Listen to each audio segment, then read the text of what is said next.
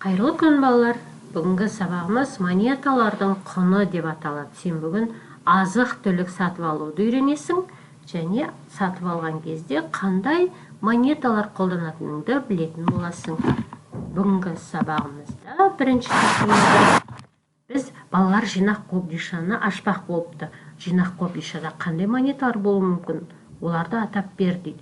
Әрбір әмиянда қандай монеталар болуы мүмкін екен? Тауып көреміз. Балалар, сендер алдымен монетаның не екенін біліп алыңдар. Мынау 1 теңгелік, мынау 2 теңгелік монета. Монеталар темір заттар. Оларды біз бір тауарды сатып алу кезінде қолданамыз. Енді жасыл әмиянға қарайық. Сырымда 10 теңге, Әлияда 15 теңге, Санатта 18 теңге бар екен. Алдымен сырымның әмиянындағы 10 теңге қандай монеталар болуы мүмкін? Және сол әр әмияннан 5 теңгені алып тастасақ, қанша теңге қалатынын табайық. Сонымен жасыл әмиян 10 теңгені сырым 5 теңгелік 1 монета, 2 теңгелік 2 монета, 1 теңгелік 1 монетамен салып қою мүмкін, немесе әмиянда 2-5 теңгелік монета болуы мүмкін. Енді 10 теңгеден 5 теңгені алса, қанша теңге қалатынын көріп тұрсың. Енді Әлияның әмияны көк әмиянда 15 теңге болуы мүмкін. 15 теңге бар. Біз 15 теңге қандай монеталармен жатқанын болжап көрейік. Мысалы, мен Әлияның әмиянында 2-5 теңгелік, 2 теңгелік және 1 теңгелік монета бар деп ойлап отырмын. Ал сен қалай ойлайсың? Енді 15 теңгеден 5 теңгені алса қанша қалады? Енді санаттың қызыл әмиянында 18 теңге. Ол 18 теңге қандай монеталар болуы мүмкін? Менің ойымша, 1 10 теңгелік, 1 5 теңгелік, 1 2 теңгелік және 1 теңгелік монеталар бар деп ойлап отырмын. Сосын мен 18 теңгеден 5 теңгені азайттым. Ал сен қалай ойлайсың? Ол әмиянда 18 теңге тағда қандай монеталармен жатуы мүмкін? Керемет.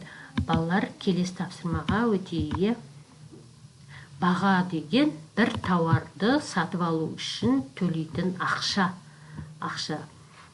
Енді мысал үшін, мына бір йогурт 90 теңге тұрады. Біз 90 теңгеге йогурт сатып алу үшін, йогурттың бағасы 90 теңге екенін білдік. Енді монеталармен төлейміз.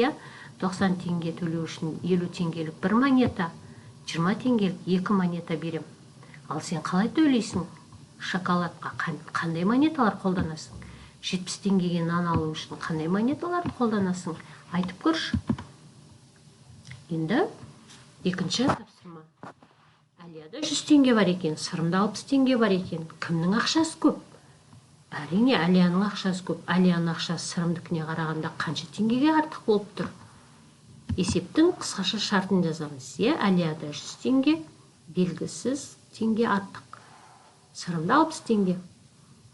Бір заттың екінші заттан қаншаға артық, қаншаға кем екенін табу үшін біз азайту амалын қолданамыз ба, әлде қосу амалын қолданамыз ба? Есіңе түсіріп көр. Сосын жауабын жазып көр. Ал енді екінші тапсырманың әсін орындап көрейік. Монеталармен 100 теңгені, 60 теңгені жинап көр және өз нұсқаңды жазып көр. Менің нұсқаларым мынадай болды. Мен 100 теңгелікті былай жинадым. Ал 60 теңгені былай жинадым. Сен қалай жинадың? Жинаған нұсқаларыңмен бөлісуді ұмытпа. Енді әмияндарға мұқият қарайық. Қай әмиянда ақша аз? Қай әмиянда көп? Қайсы әмиянда монета көп? Қайсы әмиянда монета аз екен қарайық. Қайсы әмиянда ақша аз? Әрине, бірінші әмиянда, ол жерде 6 теңге тұр. Қай әмиянда ақша көп болып тұр? Екінші әмиянда 10 теңге бар екен. Ал төртінші әмиянда монетаның саны көп болып тұр. Ал екінші әмиянда бір ғана монета тұр. Демек аз. Сен де осылай ойладың ба, осылай жауап бердің ба? Демек, сен дұрыс орындадың. Ал енді теңдеулерді шешуді есіне түсіріп көр. Белгісіз қосылғышты табу үшін бірінші теңдеуде біз қосындының мәнінен белгілі қосылғышты азайтамыз. Сосын тексереміз. Ал екінші теңдеуде азайтқыш белгісіз. Азайтқышты табу үшін азайғыштан айырманың мәнін азайтамыз, солай ма? Қалған екі теңдеуді сен өзің орындап, мұғаліміңе немесе маған жіберуді ұмытпа. Сергіту сәтін жасап, сосын дәптердегі, жұмыс дәптеріндегі тапсырмаларды орындауға көшеміз. Әр әмиянда неше монета бар және неше теңге бар екен кестеге түсіреміз. Бірінші әмиянда 4 монета тұр. Ол 4 монетаның барлығы 2 теңгелік, қоссақ 8 теңге болады. Қалған әмияндарды өзің таба аласың.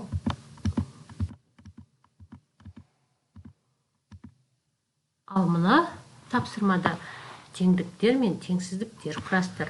Әмияндағы монеталардың қанша теңге екенін санап, мына жерге жазып салыстырасың.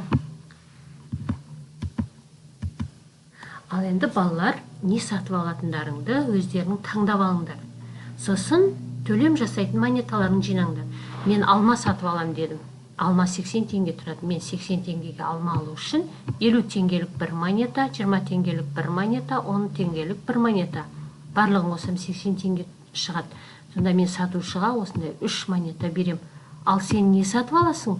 Сол сатып алатын затыңды комментарийге жаз және нұсқаңды міндетті түрде жазып қалдыр. Қандай монеталармен төлегеніңді жазуды ұмытпа. Балалар, бүгін сендер қандай монеталар болатынын білдіңдер және азық-түлік сатып алуды үйрендіңдер, солай ма? Сендерге сабақ берген Гүлсина Жақсылық. Келесі сабақта кездескенше сау болыңдар.